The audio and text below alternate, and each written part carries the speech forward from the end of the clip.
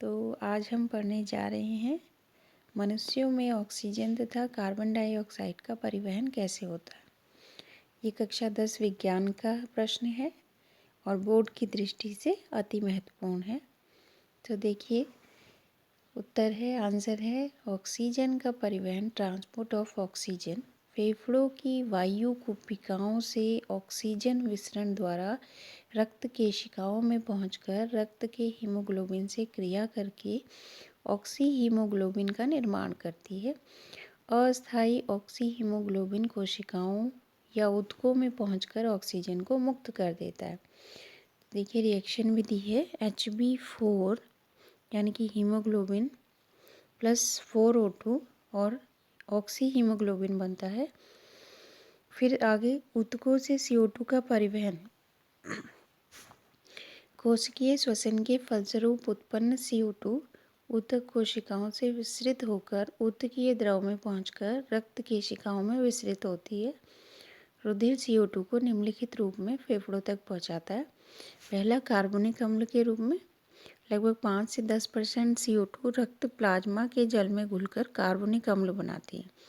दूसरा, बाइकार्बोनेट्स के रूप में लगभग 80 से 85% CO2 लाल रुधिराणु तथा प्लाज्मा में सोडियम तथा पोटेशियम से क्रिया करके सोडियम तथा पोटेशियम बाइकार्बोनेट बनाती है।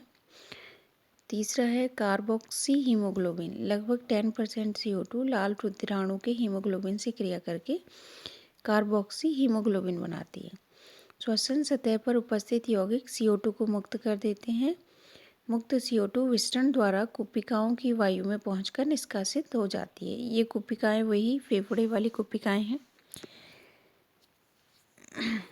अगला एक और प्रश्न देख लेते हैं कि गैसों के विनिमय के लिए मानव फुफ्फुस में अधिकतम क्षेत्रफल को कैसे अभिकल्पित किया है। तो आंसर है श्वास नाल या ट्रैकिया वक्ष गुहा में पहुंचकर दाएं बाएं दो शाखाओं में बढ़ जाती हैं। इन्हें श्वसनिया या ब्रोंकाई कहते हैं।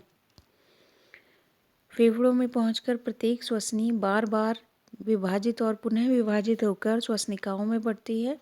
श्वसनिकाएं कुपिका नलिकाओं में बढ़ती है। प्रत्येक कुपिका नलिका 2-3 छोटी छोटी थैलीनुमा कुपिकाओं में खुलती है। हमारे फेफड़े में प्रत्येक में लगभग 15 करोड़ कुपिकाएं या वायु कोष्ठ होती हैं।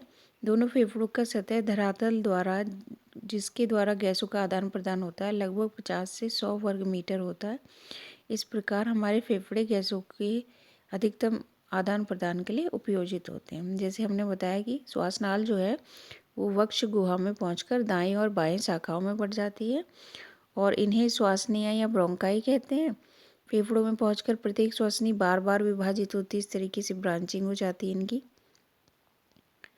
इस तरीके से ब्रांचिंग हो जाती है और ये श्वसनिकाओं में बढ़ जाती है। श्वसनिकाएं कुपिका नलिकाओं में बढ़ जाती है, ये और छोटी नलिकाओं में बढ़ जाती हैं इस तरीके से।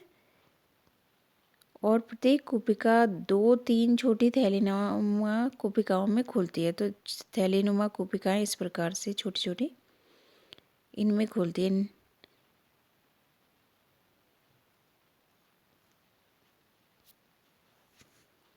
हमारे फेफड़े में लगभग 15 करोड़ कुपिकाएं या वायु कोष्ठक होते हैं। इस प्रकार से जो है 15 करोड़ कुपिकाएं या वायु कोष्ठक होते हैं ये तरीके से।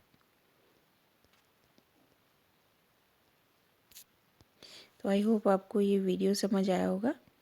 ये प्रश्न रिवाइज कर लीजिएगा क्योंकि एग्ज़ाम में अधिकतर ये प्रश्न पूछा जाता है।